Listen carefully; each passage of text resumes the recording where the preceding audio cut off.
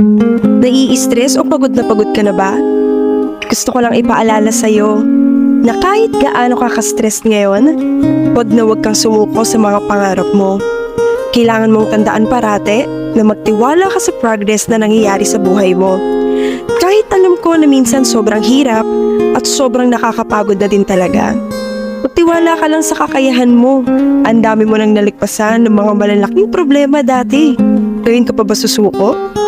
Patuloy ka lang na lumaban kung pakiramdam mo ngayon na nahuhuli ka sa buhay mo. Siguro dahil nakikita mo yung mga kakilala mo o yung mga kaibigan mo, pakunti-kunti may naa-achieve na sila.